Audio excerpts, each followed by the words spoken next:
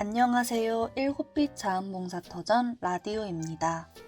오늘은 김삼복 수필가의 나무의 이름을 부르면 이라는 수필을 준비했습니다.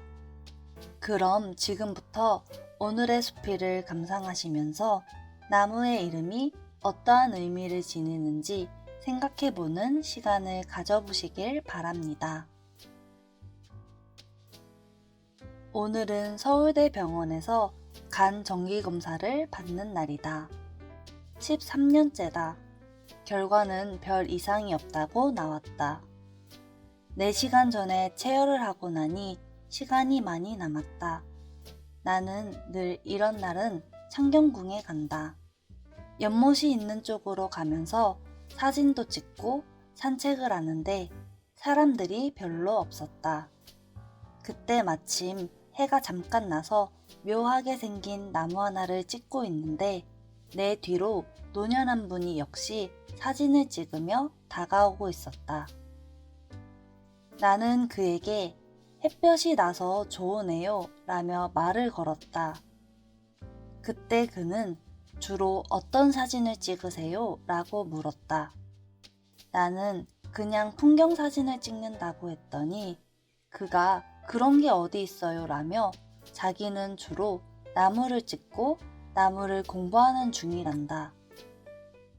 그때 내가 사진을 찍던 이 나무가 무슨 나무냐고 물으니 대답을 안 해주었다.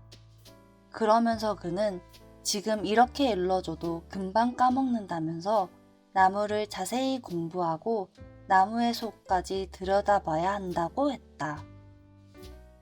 이어서 그는 글 쓰는 이들이 나무야 나무야 하며 부르는 것은 글 쓰기 위한 수단일 뿐 나무를 하나도 모른다는 것이었다.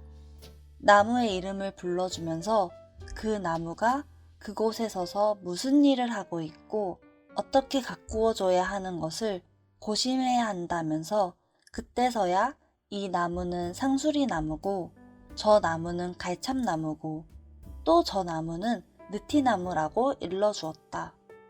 그러면서 나무에 대해 여러 이야기를 하는데 놀라웠다.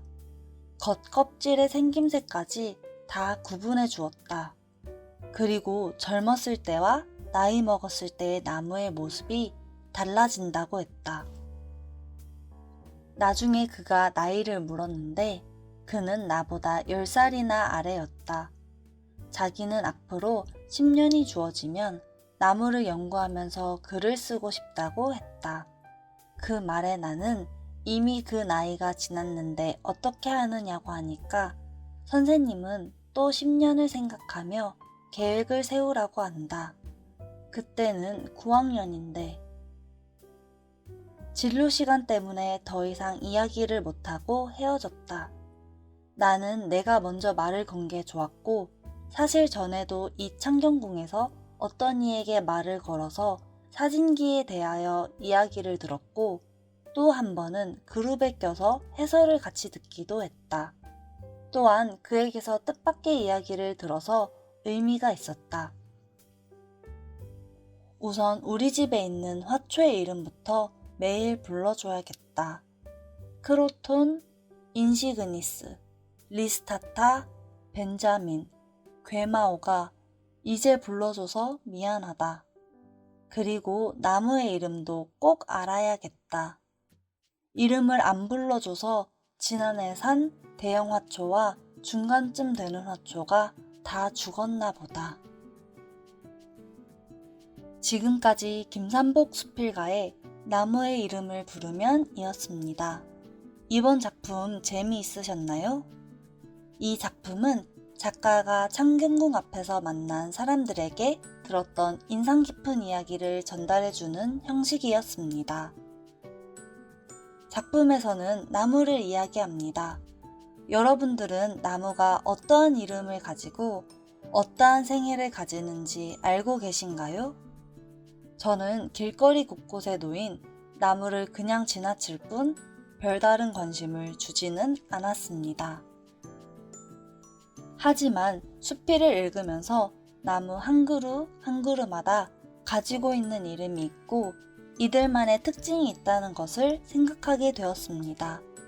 나무 하나가 가지는 의미를 모른 채 그냥 지나치면 그것은 그저 일상 속에 놓인 하나의 사물일 뿐일 것입니다.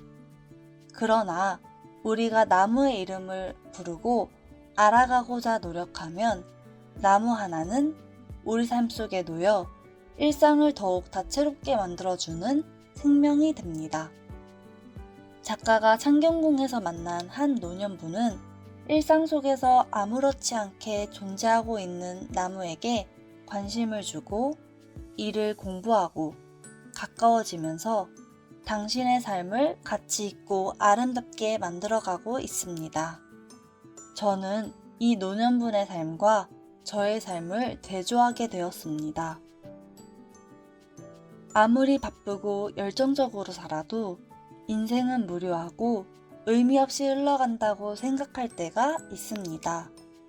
그때 삶을 지루하게 만든 것은 그 어떠한 것에 의미와 관심을 부여하지 못한 나의 태도가 아니었을까요?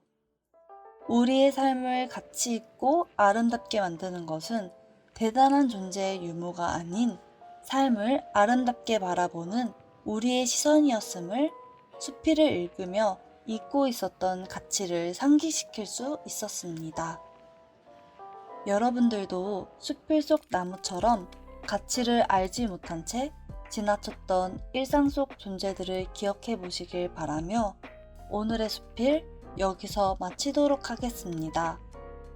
오늘의 수필 들어주셔서 감사하고 더 많은 수필을 감상하고 싶으시다면 7빛 자원봉사터전 채널 구독도 부탁드리겠습니다. 그럼 오늘 하루도 마음이 따뜻한 하루 되세요.